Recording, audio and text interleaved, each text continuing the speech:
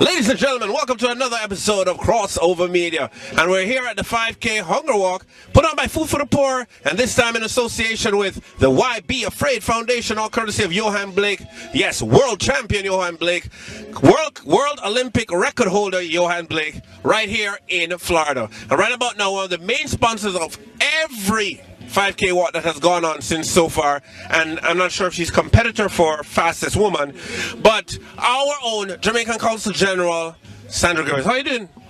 Good morning, Jason. Good morning. It's still morning, yeah. Yes, we got up early, but it's still morning. I am doing wonderfully well, thank you, and it's a beautiful day. Little chilly we started out, but it's gotten warmer.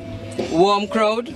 Johan was very warm, very, very, very positive, and very much larger in charge of the walk this morning. It was good. Well, it's hard not to be larger in charge when you're world champion. But before going to Johan, let's talk about the 5K walk. You've been involved for a while with Food for the Poor. Tell us a little bit about that. Well, not with the walk specifically, prior to this one, but with Food for the Poor, particularly because they do such wonderful work. And they are a homebred, homegrown brand that established themselves here in the USA, based in Florida. That is now actually the 6th, I think, largest charity in the USA. And reaching out particularly to the Caribbean and Jamaica. They were very much on the ground with Sandy recently. They gave a lot of support, and they're one of the first responders in Jamaica, along with Red Cross and the others. But Food for the Poor is special to us because it has a Caribbean root and a Caribbean responsibility in the way they do their outreach. And of course they do go beyond the Caribbean, Central America, but we are happy to be here because Johan was in fact the identified Grand Marshal race champion for this year's 5K. And because we heard he was coming, they reached out to us to say, your champion is coming, can you collaborate with us? And we're happy to do so. So the tourist boat is brought on board, and they sponsored this morning's tent, a little hospitality tent. We met for meeting and greeting of Johan and some of the others, and it went very, very well, and we'll probably be here again next year.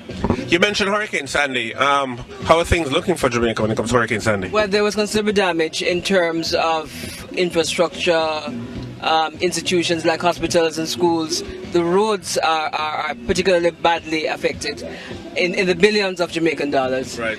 But it's a little ironic too that because you saw a disaster, then the response from the international community wouldn't be the same as would have been if there was a identified disaster level catastrophe in Jamaica. But that doesn't mean that we have not had substantial damage and lots of persons are displaced. And this is where, in fact, I think Johan had reached out to about 700 persons in Jamaica, matching Food for the Poor in terms of reach to affect immediately by Sandy.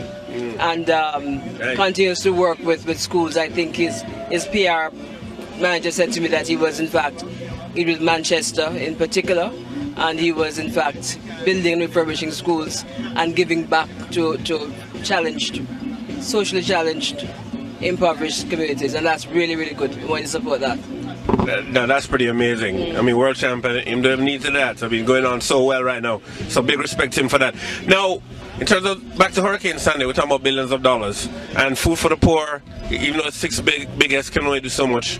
Johan Blake, although world champion, can only do so much. Are there any things that people can plug into in order to support? Well, we in the consulate tend to handle the matter a little scientifically. The days of emptying your cupboards and sending what you think is useful to Jamaica are no longer how we operate. We tend to await a specific needs list from Kingston to say this is the area in which we want support. Right. At the moment, the Prime Minister has announced that particular countries, the Spanish, the Japanese, I think, France and some others, have actually targeted areas. So the Japanese are doing the hospital roofs, and then others are doing specific things, and therefore there is a whole bilateral outreach as well.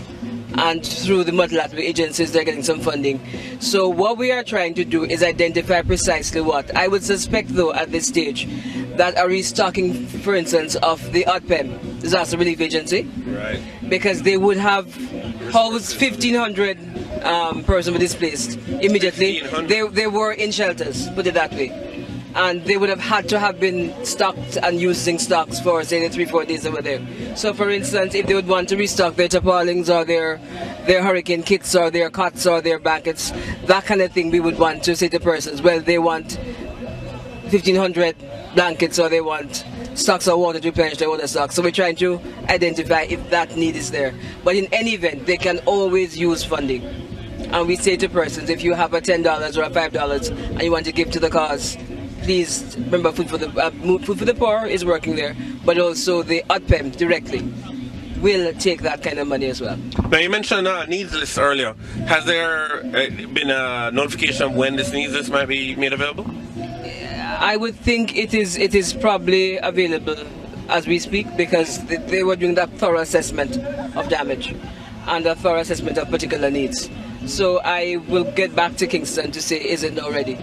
Because normally they would send that out to the missions and say to the missions, well, this day we're targeting for fundraising specifically. But I do know that infrastructure is critical, so they're looking at bilateral countries and agencies and who can help with specific things, and engineering and so on and so forth. And but everybody in the communities overseas can do their part.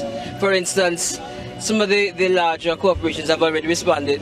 So Jamaica National, for instance, had reduced during the remittance period their cost. They take out the cost altogether at one stage, and now they're at 50% of cost. So if you remit, you will be paying the remittance fee up to 50%, and that money would then be put in account for hurricane relief. Excellent, So excellent. kind of things are happening, and others are doing the same thing in Jamaica. Now last but not least, 50 years. This year's 50 years. Coming close to the year, it's November, you know, I know there's another month. Quite sure you have more work to do. But, you know, this year we had Olympics, we had major events all over the diaspora. What is your perspective as a major cog in the whole diasporic celebration of our 50 years? No, I think it was outstanding. It was a fabulous year. Jamaicans were oozing pride, literally. And our events here, for instance, in South Florida, and even beyond South Florida, and Florida in society, and the South USA, because we do cover from here, the 13 southern states. And I was in Atlanta, and I was in Texas, and I will go to the Caymans before the year is over, and the Bahamas, because we cover them as well. But it has been outstanding. Persons developed a calendar of activities. We did one here in Florida, put everybody's thing on there so we'd have clashes in the community. And every event that featured Jamaica and targeted Jamaicans was a success, I believe. Persons were celebrating with pride, because when you look at imbalance, we ain't a perfect country by any means, and perfection is something that we all aim for. But in terms of achievements in all walks of life, our professionals, our athletes, our musicians, entertainers, our strong cultural dynamic, we have a lot to be proud of. And to be interested, in fact, the professionals here are all excelling. In fact, so much so that we had here in Florida an award ceremony, and we were saddled with 50 persons, and we ended up with 75 persons who were pioneers, who built the community, who were excelling in their field, and who were Jamaicans in very high places in the society. So we thought we should highlight that fact as well, and we did that. And we had a fabulous flag day, and there was one in Atlanta as well. And we also had a fabulous church service. And we actually managed to beam the 100-meter final into the church service. Right. And it was outstanding. And the support, the spirit, it was good. We were very good, a golden year. Couldn't have been better.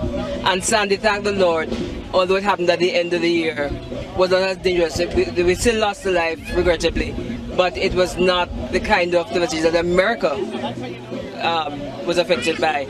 And we really hearts go out to those who are, in fact, displaced in America and who are suffering. And we wanted to say we're thankful that we were spared some of that this year.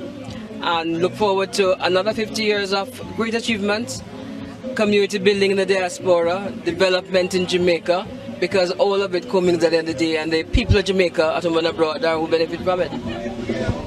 We're here with Consul General for Jamaica in Atlanta, South Florida, General Sandra Griffiths. And I want to say big respect to you. We're at the 5K walk with Food for the Poor. And of course, Johan Blake Foundation, Why Be Afraid? Thank you, Jason, for waking up so early to come out and join us. You see me tripping over, I'm taking it up, I'm going to use that thing. Thank you very much. Crossover Media.